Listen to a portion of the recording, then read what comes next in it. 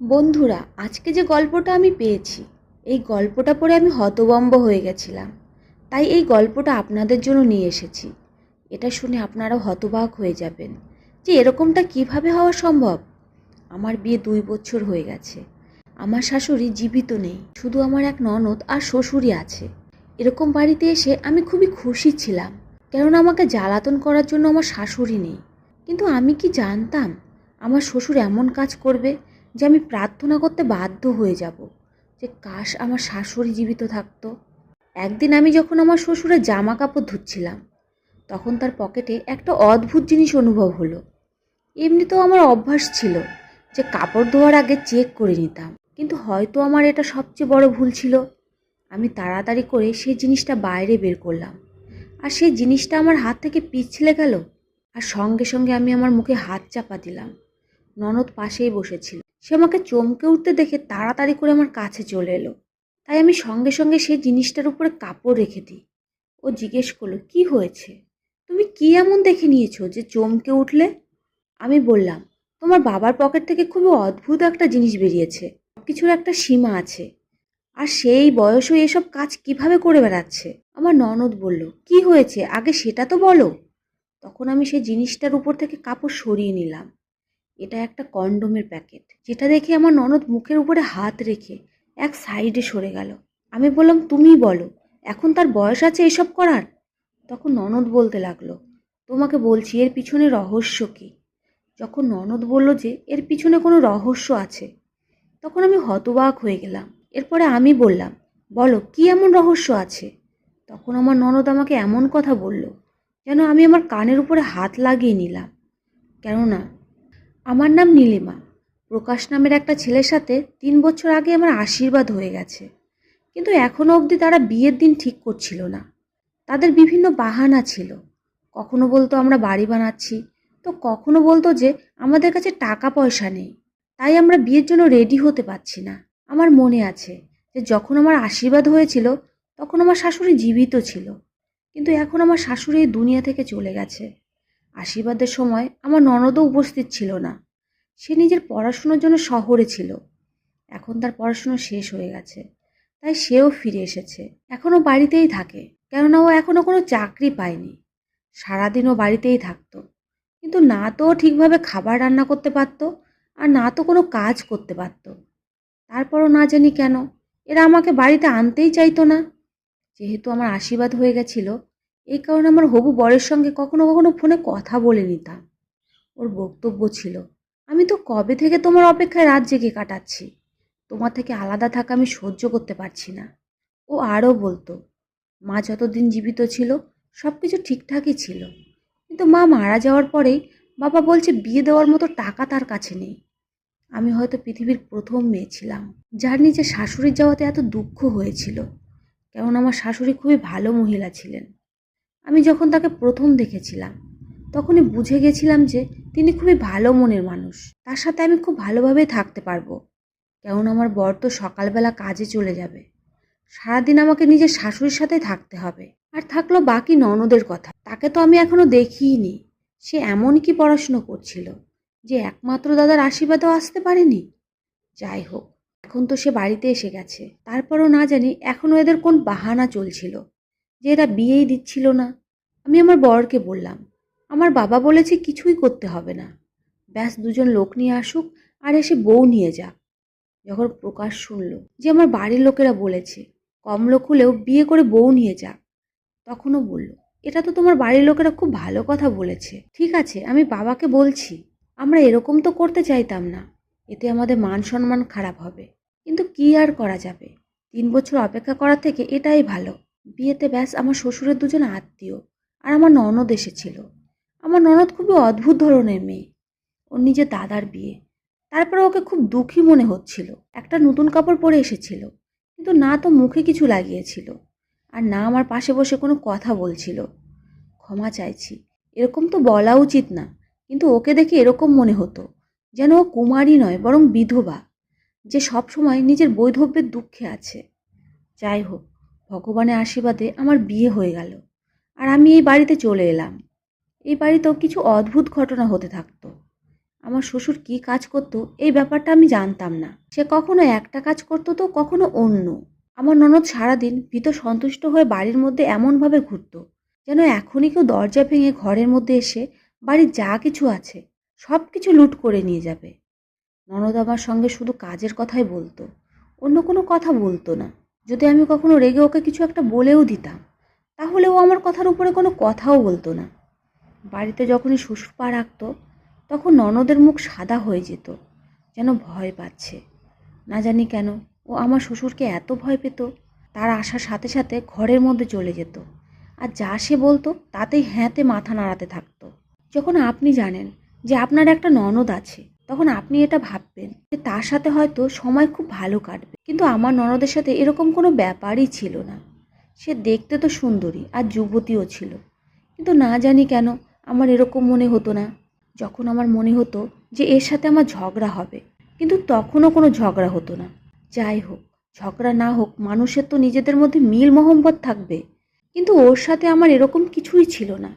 ব্যাস, ও নিজের দুনিয়াতে উদাস হয়ে থাকতো।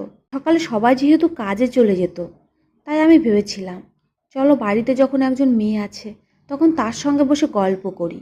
আর এমনিতেও তো ননদ বৌদি একে অপরের সঙ্গে হাসি মজা করে, যদি একে অপরের শত্রু না হয়। কিন্তু আমাদের মধ্যে এরকম কোনো ব্যাপারই ছিল না। আমার বর আর আমার শ্বশুর কাজে চলে যাওয়ার সঙ্গে সঙ্গে আমার ননদও ঘরের মধ্যে চলে যেত। এরকম তো আমি ভাবতাম যে আমরা বসে একসাথে গল্প করব, আর ও হয়তো নিজের দাদার ব্যাপারে পুরনো কোনো কথা বলে হাসি মজা করবে। কখনো আমরা ফুচকা খেতে যাব, তো কখনো মার্কেটে যাব। কিন্তু এখন আমার এরকম মনে হতো যে আমার ননদের আত্মা শুকিয়ে গেছে। ওর কোনো ব্যাপারে কোনো আগ্রহ ছিল না, কোনো জিনিসেরই কোনো শখ ছিল না। যদিও ও একটা যুবতী মেয়ে, আমার ননদ আমার শ্বশুরকে খুব বেশি ভয় পেত। সে যা বলতো তাই মেনে নিত। তার বাড়িতে আসার আওয়াজ শোনার সাথে সাথে ভয় পেয়ে নিজের ঘরের মধ্যে চলে যেত। মনে হয় ছোটবেলা থেকেই তাকে ভয় পায়। কিন্তু কারো যদি একটা মেয়ে হয়, তাহলে সে তো তাকে খুব আদর যত্নে বড় করে, খুব ভালোবাসে। শ্বশুরমশাই কেন ওকে ভয় পাওয়াতো? আমার শ্বশুরকে তো আমার স্বামী ভয় পায় না। আমার ননদ অদ্ভুত রকমের মানুষ। না জানি কোন অসুবিধার মধ্যে ছিল যে ওর কোনো জিনিসেরই না তো খুশি আর না তো কোনো দুঃখ অনুভব হতো। আমার বরের কাজ এমনই ছিল যে সে কখনো কখনো রাতের বেলাও বাড়ি থেকে গায়েব থাকতো।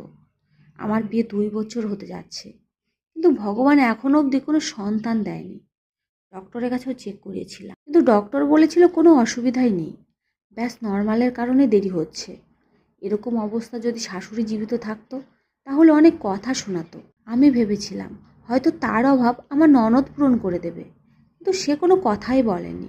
আমি তাকে বলেওছি, কিন্তু ও কিছুই বলেনি। ও শুধু বলেছিল ভগবান সব ঠিক করে দেবেন, ব্যাস এইটুকু বলে চুপ হয়ে গেছিল। আমাদের যেহেতু কোনো প্রবলেম ছিল না, তাই চিকিৎসা করানোর কি দরকার। দিন এভাবেই কাটছিল।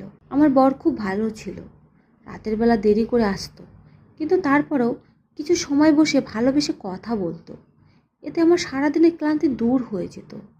কখনো কখনো তাকে বলতাম, তোমার বাড়ির লোকেরা খুবই অদ্ভুত। তখনও বলতো, মায়ের যাওয়ার পরেই এরকম হয়ে গেছে। পাড়াতে আমার ননদের কোনো বান্ধবী ছিল না, আর আমাদের বাড়িতে কোনো আত্মীয় স্বজনও আসতো না। আমি ভাবতাম, এই বেচারি কি অপরাধ যে তাকে এরকমভাবে থাকতে হয়। এখন যখন পড়াশুনো শেষ করে নিয়েছে, তখন এর বিয়ে দেওয়া উচিত। কিন্তু যখনই ননদের বিয়ের নাম নিতাম, তখন আমার শ্বশুর চিৎকার চেঁচামেচি জুড়ে দিত। একদিন আমি আমার বরকে বললাম, তুমি বাবার সাথে কথা বলো। কেননা যখনই আমি বলি, তখনই তিনি বলেন যে না, এখনই আমি এর বিয়ে দেব না। 25 বছর হয়ে গেছে ওর, আর কবে বিয়ে দেবে? আমাকে দেখো, আমার বিয়েতে 3 বছর তোমরা নষ্ট করেছো। বিয়েও 2 বছর আগে হয়েছে, তারপরও এখনও আমি 29+ বছরের। মেয়েদের বিয়ে যত তাড়াতাড়ি হয়ে যায় ততই ভালো। এখনও চাকরিও করে না, বেচারা সারাদিন উদাস হয়ে থাকে। এখন কেউ কি আর নিজের মুখে বলবে যে আমার বিয়ে দিয়ে দাও? আমি আমার বরকে বোঝালাম যে যুবতী মেয়েদেরও বিয়ে করার ইচ্ছা হয়। এটা তো জানো যে ভগবান সব মানুষেরই এরকম বানিয়েছে, আর সবারই একজন পার্টনারের দরকার। এখনো নিজের মুখে তো বলবে না যে দাদা আমার বিয়ে দিয়ে দাও। আর এই বাড়িতে তো তোমার মাও নেই, আর আমার সাথে এখনো অবধি এত ভালো বন্ধুত্ব হয়নি যে ও আমাকে বলবে আর আমি তোমাদেরকে সেটা বলবো। কিন্তু এইটুকু জিনিস তো তোমাদের বোঝা উচিত। এরকম অনেক বাড়িতেই হয় যে যুবতী মেয়েদেরকে বাড়িতে বসিয়ে রাখা হয়, তাদের ঠিক সময় বিয়ে দেওয়া হয় না, আর যখন তাদের বিয়ের বয়স পার হয়ে যায়, তখন তারা খারাপ কাজে যুক্ত হয়ে পড়ে। আর যদি খারাপ কাজও না করে তাহলে তারা খুব অস্বস্তিতে থাকে, তাদের মনে কোনো খুশি থাকে না। তোমার বোনকেও আজ অবধি আমি খুশি দেখিনি। তোমার বিয়েতেও ওর মুখে উদাস ভাব ছিল। একমাত্র দাদার বিয়েতে তো সবাই খুব খুশিতে থাকে, নাচে গায়, সেজেগুজে আনন্দ ফুর্তি করে, কিন্তু ও তো শুধুমাত্র একটা নতুন কাপড়ই পরেছিল, বাকি মুখেও কিছুই লাগায়নি। আমাদের আত্মীয়রাও বলেছিল যে এর কি হয়েছে, যে এ এরকমভাবে এসেছে, এ অসুস্থ নাকি। তখন আমিও বলে দিয়েছিলাম যে হ্যাঁ অসুস্থ। আমার বরের এই কথাটা মনে ধরে, তাই সে বলল ঠিক আছে আমি কথা বলছি, তুমি চিন্তা করো না। ও গেল তো কথা বলতে, কিন্তু এই কথা নিয়ে আমার শ্বশুরের সাথে ওর ঝগড়া বেঁধে গেল। আমি আওয়াজ শুনে বাইরে এসে শুনলাম আমার শ্বশুর বলছে আমি মেয়ের বিয়ে এখনই দেব না, যদি মেয়ের বিয়ে দিয়েই দিই তাহলে আমার বাড়ি ফাঁকা হয়ে যাবে। আমার বর বলল সবাই নিজের মেয়ের বিয়ে দেয়, সমস্ত মেয়েকে একদিন বাড়ি ছেড়ে যেতেই হয়। আমার শ্বশুর বলল না, আমাদের কাছে এত টাকা নেই যে মেয়ের বিয়ে যৌতুক দিতে পারবো। আমার বর বলল এমন ফ্যামিলিও আছে যাদের যৌতুকের দরকার হয় না, আর আমাদের বোন দেখতে শুনতে ভালো, রোগা পাতলা, হতে পারে কোনো ভালো জায়গায় ওর সম্বন্ধ হয়ে গেল। আমার বউও তো বিনা যৌতুকেই এসেছে, তাদেরও তো যৌতুক দেওয়ার মতো ক্ষমতা ছিল না, তারপরও তো এ বাড়িতে এসেছে, আর আরামেই তো আছে। আমার শ্বশুর কথা বদলে দিয়ে বলতে লাগলো এখন তুই আমাকে বুঝাবি কি করতে হবে আর কি না, চুপচাপ এখান থেকে চলে যা। 2 বছর হতে চলেছে তোদের বিয়ের, কিন্তু এখন অবধি বাড়িতে বাচ্চা আসেনি, এখন মেয়েকেও পাঠিয়ে দেব যাতে বাড়ি ফাঁকা হয়ে যায়। শ্বশুর তো উল্টে আমাদেরকে কথা শুনিয়ে দিল, যদিও সে জানতো যে আমাদের দুজনের মধ্যে কারোর কোনো অসুবিধা নেই। আমার শ্বশুরের এই কথাটা একজন বাবার মতো ছিল না। যখনই আমার ননদের বিয়ের কথা বলতাম আমার শ্বশুর এমন ছটফট করতো যেন কোনো মাছকে শুষ্ক মরুভূমিতে ফেলে দেওয়া হয়েছে। পাড়ার মেয়েরা আমার কাছে এসে জিজ্ঞেস করতো যে এর সম্বন্ধ ঠিক হয়েছে, কিছু একটা জবাব তো আমাকে দিতেই হতো, তাই আমিও এটা সেটা মিথ্যা বলে দিতাম যে সম্বন্ধ ঠিক হয়ে গেছে, ছেলে বাইরে থাকে, দেশে ফিরলে বিয়ে হয়ে যাবে, না জানি আরও কি বলতে থাকতাম। একদিন বাড়ির উঠানে বসে কাপড় ধুচ্ছিলাম, তখন আমার শ্বশুরের পকেট থেকে একটা অদ্ভুত জিনিস বেরোলো। এই জিনিসটার ব্যাপারে তো আমি খুব ভালোভাবেই জানতাম, আর আমার শ্বশুরের সাথে এই জিনিসের কোনো সম্পর্ক থাকতে পারে না, কেননা আমার শাশুড়ি জীবিত নেই। আমার ননদও সেই জিনিসটা দেখে নিল। যখন আমি ওকে জিজ্ঞেস করলাম যে এসবের মানে কি, তখন ও বলতে লাগলো আমি কিভাবে জানবো। আমার রাগ হয়ে গেছিল, তাই আমি সেই জিনিসটা নিজের ঘরের মধ্যে নিয়ে এসে বরকে দেখালাম। আমার বর ওই জিনিসটা আমার হাতে দেখে বলতে লাগলো তুমি হাতের মধ্যে কি একটা ধরে রেখেছো, লজ্জা করে না তোমার, ফেলো এটাকে। আমি বললাম লজ্জা তো তোমার বাবার করে না, কেননা এটা তোমার বাবার পকেট থেকে বেরিয়েছে, আর তুমি আমাকে কথা শোনাচ্ছ। আমার বর তো হতবাক হয়ে বলতে লাগলো তুমি সত্যি বলছো, মজা করছো না তো। আমি বললাম যে আমি এরকম নোংরা জিনিস নিয়ে মজা করব কেন, তোমার বাবার অবশ্যই কোনো চক্কর চলছে, তাই তো সারাদিন বাড়ি থেকে গায়েব থাকে, আর নিজের ছাড়া কারো পরোয়াও করে না। মেয়ের বিয়ে দেওয়ার কোনো চিন্তা অবধি তার নেই, মেয়ে বাড়িতে বসে বুড়ো হয়ে যাবে তাতে তার কোনো অসুবিধাই নেই, নিজের মস্তিতেই লেগে আছে, কেননা আমাদের বাড়িতে তো এই জিনিসের কোনো ব্যবহার নেই, তাহলে এই জিনিসটা তার পকেটে কি করছে। আমার বর মাথায় হাত দিয়ে বসে পড়ল, সে আমার সামনে লজ্জা পেতে লাগলো। এরপরে বলতে লাগলো কি করব, মাও তাড়াতাড়ি এই দুনিয়া থেকে চলে গেছে, হতে পারে তার হয়তো আবার বিয়ে করার মন করছে। আমি বললাম যুবতী মেয়ে বাড়িতে বসে আছে, তার বাবা নিজের বিয়ে নিয়ে পড়ে আছে, ঠিক আছে যদি করতেই চায় তাহলে করুক, কিন্তু আগে নিজের মেয়ের বিয়ে দিয়ে দিই, তারপরে কোনো মেয়ে বা বিধবা মেয়ে খুঁজে বাবার বিয়ে দিয়ে দেবো, এতে আর কী বা অসুবিধা হবে, তারও নিজের জীবন আছে, এখন তার বয়সই বা কী হয়েছে, কিন্তু আগে তাকে বলো যে নিজের মেয়ের বিয়ে দিক। আমি বারবার আমার বরকে বোঝাচ্ছিলাম যে তোমার বোনের বিয়ে দিয়ে দাও। শ্বশুর যেহেতু ননদের বিয়ের কথা শুনলে রেগে যেত, তাই এখন আমার বর বলল যে আমাকে এই মামলাটা নিজের হাতে নিতে হবে, নিজেই কোনো ছেলেকে খুঁজতে হবে, আর এমন ছেলে যে যৌতুক চাইবে না, তাহলে গিয়ে এই মামলাটা সেট হতে পারে। না হলে কথা তো বাবা ঠিকই আছে যে আমরা যৌতুক কোথা থেকে নিয়ে আসবো। এখন আমি বললাম আমার এক মামাতো ভাই আছে, সে খুব ভালো, তার কাপড়েরও দোকান আছে, তাই ওর সাথে কথা বললে ও না করবে না, আরামসে সম্বন্ধ করে নেবে। আমার বর বলল কালকে আমরা দুজনে ওদের বাড়িতে যাই, আমি ছেলে দেখে নেব, তারপরে বাবার সাথে কথা বলবো, যদি সে হ্যাঁ বলে দেয় তাহলে বিয়ে দিয়ে দেব। আমি বললাম ঠিক আছে, খুব ভালো কথা বলছো তুমি। পরের দিন আমি আর আমার বর সেই মামাতো ভাইয়ের বাড়িতে যাব। তাদেরকে আমি কল করে দিয়েছিলাম যে আমরা তোদের ওখানে বেড়াতে আসছি, এরপর আমি ভাবলাম, কেননা নিজের ননদকেও সাথে নিয়ে যাই, তাহলে তারাও মেয়েকে দেখে নিতে পারবে। তারপরে যখন কথা বলবো তখন তারা বুঝতে পারবে যে কার সম্বন্ধে কথা হচ্ছে, তাহলে সময় বেশি নষ্ট হবে না। আমার বর বলল, তুমি তো খুবই বুদ্ধিমান। আমি মনে মনে খুব খুশি ছিলাম যে বিয়ে হয়তো খুব তাড়াতাড়ি হয়ে যাবে। পরের দিন সন্ধ্যাবেলা আমার বর বলল যে তোমরা তাড়াতাড়ি রেডি হয়ে নাও, রিক্সা নিয়ে আসছি। যখন আমি আমার ননদকে রেডি হতে বললাম তখনও বলতে লাগলো, আমি যাব না, আর না তো বাবা আমাকে যেতে দেবে। আমি বললাম, কেন যেতে দেবে না? তুমি কি কোনো অপর কোনো লোকের সাথে যাচ্ছ নাকি? তুমি তো নিজের দাদা আর বৌদির সাথে যাচ্ছ। চলো তাড়াতাড়ি রেডি হয়ে যাও। ও খুব জেদ করছিল, রেডি হচ্ছিল না। ও বলছিল যে শ্বশুর এসে যদি ওকে রেডি হওয়া দেখে তাহলে ওর হাত ভেঙে দেবে। তারপরে আমি অনেক কষ্টে ওকে রেডি করলাম। দুজনে রেডি হয়ে বাইরে বসেছিলাম, কারণ আমার বর রিক্সা আনতে গেছিল। এদিকে আমার বড় বাড়িতে এলো, আর ওদিকে শ্বশুরও এসে গেল।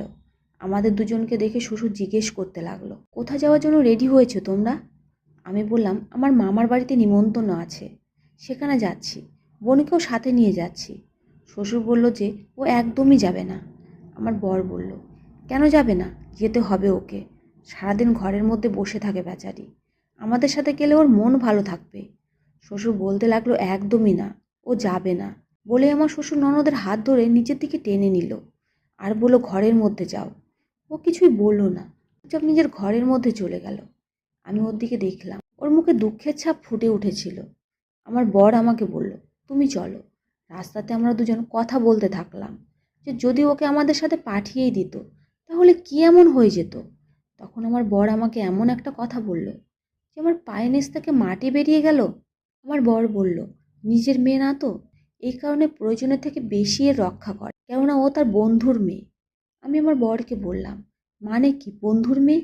তোমরা তো আমাকে এই কথাটা আগে কখনো বলনি। তখন আমার বর বলল, বলিনি কারণ এই ধরনের কথা যত কম লোক জানবে ততই ভালো। ননদ আর বৌদির মধ্যে কখনো কখনো ঝগড়া হয়, তখন হয়তো তুমি এই কথাটা নিয়ে ওকে কথা শুনিয়ে দিতে, তাহলে ওর হৃদয় ভেঙে যেত। আমি আমার বরকে বললাম, আমাকে বলো এ কার মেয়ে? তখন আমার বর বলল, বাবার একজন খুব পুরনো বন্ধু ছিল, এ তার মেয়ে। ওর এই দুনিয়াতে কেউই নেই। বাবা যখন কাজের জন্য অন্য শহরে যেত তখন ওদের ওখানেই থাকতো। একদিন ফিরে আসার সময় ওকে সাথে করে নিয়ে আসে। ওর বাবা মা এই দুনিয়া থেকে চলে গেছে, তাই ওকে আমাদের বাড়িতে নিয়ে আসে।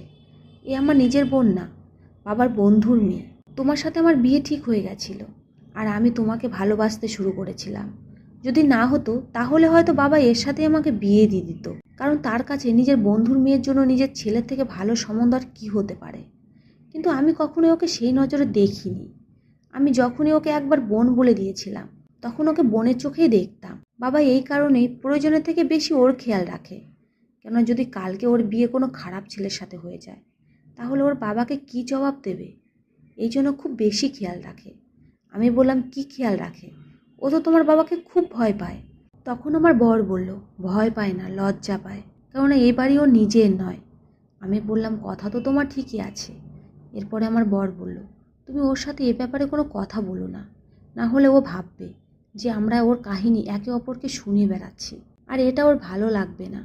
এখন আমি বুঝতে পারছি যে কেন আমার ননদ শ্বশুরকে এতটা ভয় পায়। তার কোনো কথাতেই না বলে না, এমনকি তার সামনে কোনো কথাও বলে না, আর তার বাড়িতে আসতে দেখি টেনশনে পড়ে যায়। এখন টেনশনে আমার ননদের মুখ এমন হয়ে গেছিল যেন ও রাতভর জাগতে থাকে। চোখের নিচে হালকা কালো দাগ পড়ে গেছিল, হয়তো নিজের বাবা মাকে মনে করে বেচারি কান্না করতে থাকে। কিন্তু তারপরে একদিন এমন একটা জিনিস হলো যে আমি অন্য কিছু ভাবতে বাধ্য হয়ে গেলাম। আমার ননদ কোনো কাজ করতো না, আর না ওকে আমি কোনো কাজ করতে দিতাম। ওকে বলতাম, তুমি নিশ্চিন্ত হয়ে আরাম করো। একদিন আমি আমার ননদের ঘর পরিষ্কার করছিলাম, তখন ওর বিছানার উপরে আমি এমন একটা জিনিস পড়ে থাকতে দেখলাম যে আমার পায়ের নিচ থেকে মাটি বেরিয়ে গেল। কেননা এটা তো সেই জিনিস যেটা আমার শ্বশুরের প্যান্টের পকেটে আমি পেয়েছিলাম। এখন সেই জিনিস আমার ননদের ঘরে ওর বিছানার উপরে পড়েছিল। এটা দেখে আমার মুখ হা হয়ে গেল, কেননা কিছু না কিছু গল্প তো অবশ্যই আছে। তারপরে আমি আমার শ্বশুরের ঘরে গেলাম, তার ঘরে আমি একই জিনিস দেখতে পেলাম। এসব হচ্ছেটা কি? আমার বরকে হয়তো বোকা বানানো হয়েছিল, কিন্তু পুরুষের সঙ্গে কথা বলার আগে আমাকে এই কথাটা আমার ননদের থেকে জানতে হবে। একমাত্র ওই আমাকে বলতে পারবে যে ঘটনাটা কি। আমি সেই জিনিসটা ওকে দেখালাম আর বললাম যে এটা তোমার ঘরে পেয়েছি, এখন তুমি আমাকে বলো এসব কি চলছে। অর্ধেক জিনিস তো আমি বুঝে গেছি, এখন বাকি কথাটাও আমাকে বলে দাও, না হলে আমার থেকে খারাপ কেউ হবে না। আমার ননদ আগে থেকেই ভয়ে ছিল, তার উপরে আমি ওর উপরে রাগ দেখিয়েছিলাম, কিন্তু এরপর আমি বুঝতে পারলাম যে আমার ওকে এভাবে কথাটা জিজ্ঞেস করা উচিত হয়নি। তাই আমি বললাম, দেখো যদি তুমি কোনো অসুবিধার মধ্যে থাকো তাহলে আমাকে বলো, আমি তোমার সাহায্য করব। তোমার চিন্তা করার কোনো দরকার নেই, তুমি আমাকে বলো এই বাড়িতে তোমার সাথে কি হচ্ছে। আমাকে সত্যি কথা বলবে, মিথ্যা বলবে না। আমি কোনো সুযোগ নেওয়ার চেষ্টা করছি না, আমি শুধু ওর সাহায্য করতে চাইতাম, কেননা আমি কখনোই ওকে খুশিতে থাকতে দেখিনি। যদি ওর সাথে এই বাড়িতে কিছু খারাপ হয় তাহলে আমি ওর সাহায্য করতে পারবো, কেন আমার বড় খারাপ মানুষ না। আমি যদি ওকে বলি তাহলে ও আমার সাহায্য অবশ্যই করবে। এই কারণে আমি ওকে বারবার জিজ্ঞেস করতে লাগলাম। কিছু সময় পরে ওরও আমার উপরে বিশ্বাস এসে গেল, আর ও হয়তো আমাকে বলার সিদ্ধান্ত নিয়ে নিল। ও কান্না করতে লাগলো। এর মানে কোনো কথা নিশ্চয়ই আছে। আমি ওর হাত ধরে নিজের সামনে বসিয়ে ওর মুখের উপরে আলতো করে হাত বুলিয়ে দিলাম, আর ওকে বললাম, দেখো আমাকে দিদি মনে করে সমস্ত কথা বলো, তুমি কান্না করছো কেন। আমি ওকে বললাম যে তুমি আমাকে বলে দাও যা তোমার মনে আছে, আর যদি বলতে না পারো তাহলে লিখে দাও। ওকে খুব বেশি ভীতু লাগছিল, কিন্তু শেষ পর্যন্ত ও বলতে শুরু করে দিল। আর তারপরে ও আমার কানের কাছে মুখ এনে এমন কথা বলল যে আমার পায়ের নিচ থেকে মাটি বেরিয়ে গেল আর আমার চোখে জল চলে এলো। এরপর ও নিজের ঘরে গেল, আর ও একটা কাগজের টুকরো এনে আমার হাতে দিল আর বলল যে এটা সমস্ত কিছুর প্রমাণ, এটা ছাড়া তোমার উপরে কেউই বিশ্বাস করবে না। আমি নিজের চোখের জল মুছে তারপরে ওর চোখের জল মুছে দিয়ে বললাম যে তুমি চিন্তা করো না, আমি তোমার সাহায্য অবশ্যই করব। সন্ধ্যাবেলা আমার বর এলে আমি বললাম যে চলো বাইরে খেতে যাই। আমার বর বলতে লাগলো, খাবার তো বাড়িতে রান্না করে রেখেছো, তাহলে বাইরে খেতে যাওয়ার মানে কি। আমি আমার বরকে চোখের ইশারা করলাম আর বললাম যে আমাকে বাইরে নিয়ে চলো, আমাকে বাইরে খাবার খেতেই হবে। ও আমাকে বাইরে নিয়ে গেল, আর আমরা গিয়ে একটা হোটেলে বসলাম। সেখানে আমি আমার বরকে সমস্ত কথা আরামে আর শান্তিতে খুলে বললাম। ও চিৎকার করতে পারছিল না, কেননা এটা পাবলিক প্লেস, কিন্তু তবুও আমাকে রেগে বলল, তুমি আমার বাবার উপরে নোংরা অভিযোগ লাগাচ্ছ নীলিমা। আমি তোমাকে একটা কথা বলতে চাই যে আমি আমার বাবাকে দ্বিতীয় বিয়ের কথা বলেছিলাম, কিন্তু সে না করে দিয়েছিল। যখন সন্তান নিজেই বাবার বিয়ের কথা বলে, তারপরে বাবা যখন না করে দেয়, তার মানে কি সেটা বোঝো। আমার বাবা খুবই সৎ মানুষ। আমি সেই কাগজের টুকরোটা আমার স্বামীর সামনে রেখে দিলাম আর বললাম, এটাতে দেখে নাও তোমার বাবার সততা, এটা একটা ডক্টরের রিপোর্ট, যেটা অনুসারে আমার ননদের অ্যাবর্শন করানো হয়েছিল। আর অ্যাবর্শন যে করিয়েছিল সে অন্য কেউ নয়, বরং আমার শ্বশুর। এটা দেখে আমার বরের মুখ হা হয়ে গেল, কিন্তু আমি ওকে নিচু দেখাতে চাইতাম না। আমার তো শুধু এই জিনিসটা নিয়ে রাগ হয়েছিল যে একটা মেয়ের সাথে এরকম করা কি ধরনের মনুষ্যত্ব। ডক্টরের রিপোর্টে হাজব্যান্ডের জায়গায় শ্বশুরের নাম লেখা ছিল। আমার বর অবাক হয়ে গেল। তারপর আমি সমস্ত কথা তাকে বললাম। আমি বললাম যে তোমার বাবা এই মেয়েকে অবশ্যই নিয়ে এসেছিল, কিন্তু মেয়ে বানিয়ে নয়, বরং বউ বানিয়ে। সেই মেয়েটাকে বিয়ে করে নিয়ে আসে, কিন্তু তোমার কাছে এই কথাটা লুকিয়ে রাখে। আর এই মেয়েটা প্রথম দিন থেকে তোমার বাবাকে বিয়ে করতে চাইতো না, কেননা এ তো তোমার বাবাকে নিজের বাবার মতো মনে করতো। তোমার বাবা তো বিয়েও ধোঁকা দিয়েই করেছিল। ওর মৃত বাবার সামনে তোমার বাবা কথা দিয়েছিল যে একে নিজের মেয়েই বানিয়ে রাখবে, কিন্তু পরে তোমার বাবার উদ্দেশ্য খারাপ হয়ে যায় আর একে বিয়ে করে নিজের সাথে এ বাড়িতে নিয়ে আসে। আমার বর এসব কথা শুনে হতভম্ব হয়ে গেল। আমি বললাম, তোমার বাবা একে ধোঁকা দিয়ে বিয়ে করেছে, আর এখন তো একে খুব মারেও। তোমার বাবা এর থেকে সন্তান জন্ম দিতে চায় না, কেননা তাহলে সমাজের লোকেরা তোমার বাবার চরিত্র জানতে পেরে যাবে। এখন তুমি বোঝো তোমার বাবার সাথে, কিন্তু এই মেয়েটাকে সাহায্য করো, বেচারি খুব কষ্টে আছে। আমার বর একটা শব্দও বলল না, চুপচাপ যেন নিজের রাগ নিজের মধ্যেই চেপে নিল। পরের দিন ও আমার শ্বশুরে পরোয়া না করে বোনকে বাড়ি থেকে বের করলো, আর আমাকেও সাথে নিয়ে সেই হোটেলে ফিরে এলো। আমার ননদ আমার সামনে বসে। আমার স্বামী ওকে বলল, আমি সব কিছু জেনে গেছি, যদি তুমি আগে এ কথা বলতে তাহলে আমি তোমার সাহায্য করতে পারতাম। যাই হোক, এখন তোমার কাছে সুযোগ আছে, এরপরে তুমি আর সুযোগ পাবে না। আমাকে শুধু এক লাইনে পরিষ্কার করে বলে দাও যে তুমি এই লোকটার সাথে থাকতে চাও কি না। ব্যাস, তুমি আমাকে তোমার মনের কথা বলে দাও, তারপরে আমি সব কিছু সামলে নেব। এটা খুব ভালো ছিল যে আমার স্বামীও আমার কথা মেনে নিয়েছিল, আর ওই মেয়েটাকে সাহায্য করার জন্য রেডি হয়ে গেছিল। কিন্তু যতক্ষণ অবধি ও নিজে আমাদের সাথে না দাঁড়াবে, আমাদেরকে না বলবে যে ও কি কি সহ্য করেছিল, যতক্ষণ অবধি ও বয়ান না দেবে, ততক্ষণ অবধি আমরা ওর সাহায্য করতে পারবো না। ওকে শক্ত সামর্থ্য হতে হবে। যদি ও শক্ত সামর্থ্য না হয়ে শেষ অবধি ভয় পেয়ে যায়, তাহলে কেস দুর্বল হয়ে যাবে। যাই হোক, শেষ অবধি ও শক্ত হলো আর বলল, আমি এই অসভ্য লোকের সাথে থাকতে চাই না। আমার বর ওর মাথার উপরে হাত রাখলো আর ওকে বলল, এখন আমরা সব কিছু সামলে নেব। এরপর আমার বর ওকে আমার হাতে দিল আর বলল, যতদিন এই সমস্যা চলছে ততদিন একে তুমি নিজের ঘরেই রাখবে আর আমি বাইরে ঘুমিয়ে যাব। একে বাবার কাছে একদমই যেতে দেবে না, যাতে সে আবারও এর উপরে হাত ওঠাতে না পারে। এরপর বাড়িতে এসে আমার বর আমার শ্বশুরকে সব কিছু বলে দিল আর বলল, আমরা বোনের হয়ে তোমার বিরুদ্ধে ডিভোর্সের কেস ফাইল করব। যদি তুমি নিজেই ওকে ডিভোর্স দিয়ে দাও তাহলে তোমার জন্য খুব ভালো হবে, না হলে এই কথাটা সারা দুনিয়ার লোক জেনে যাবে। আমার শ্বশুর তো ষাঁড়ের মতো চিৎকার করে উঠল আর বলল, করে নাও, যা করতে পারো। আমার বর বোনকে সাহায্য করলো আর শ্বশুরের উপরে কেস করে দিল। যখন মেয়ে বলে দিল যে এই লোকটার সাথে সে থাকতে চায় না, তখন কোনো কথারই কোনো পার্থক্য বলল না আর এদের দুজনের ডিভোর্স হয়ে গেল। এরপরে আমার ননদ বলল, আমার এক মামা আছে, আমাকে তার বাড়িতে রেখে এসো। ওর মামা খুব বৃদ্ধ হয়ে গেছে, কিন্তু মামা ওকে আপন করে নিল আর আমার ননদকে নিজের বোনের শ্বেত চিহ্ন মনে করে কান্না করতে লাগলো। কয়েকদিন পর আমার ননদের মামা একটা ভালো ছেলে দেখে ওর বিয়ে দিয়ে দিল। এখনও সেখানেই থাকে আর হাসি খুশি জীবন কাটাচ্ছে। আমার শ্বশুর আমাদের সাথেই থাকে আর আমাদেরকে খেয়ে ফেলার মতো চোখে দেখতে থাকতো, কিন্তু কিছুই করতে পারতো না। ভগবানের আশীর্বাদে আমারও সন্তান হতে যাচ্ছে। আমার শ্বশুর আমাকেও এমনভাবে দেখতো যেন আমরা তার মুখের খাবার কেড়ে নিয়েছি, কিন্তু আমরা জানি যে আমরা খুব ভালো কাজ করেছি। আমার স্বামী এখনও বলে যে আমি তো ভাবতেই পারিনি যে আমার বাবা এরকম করতে পারে। আমি তো ভেবেছিলাম বাবা খুব ভালো মানুষ, একটা অনাথ মেয়েকে নিজের মেয়ে বানিয়ে নিয়ে এসেছে, কিন্তু সে ওকে নিজের মেয়ে বানিয়ে নয়, বরং নিজের বউ বানিয়ে নিয়ে এসেছিল। ধন্যবাদ বন্ধুরা।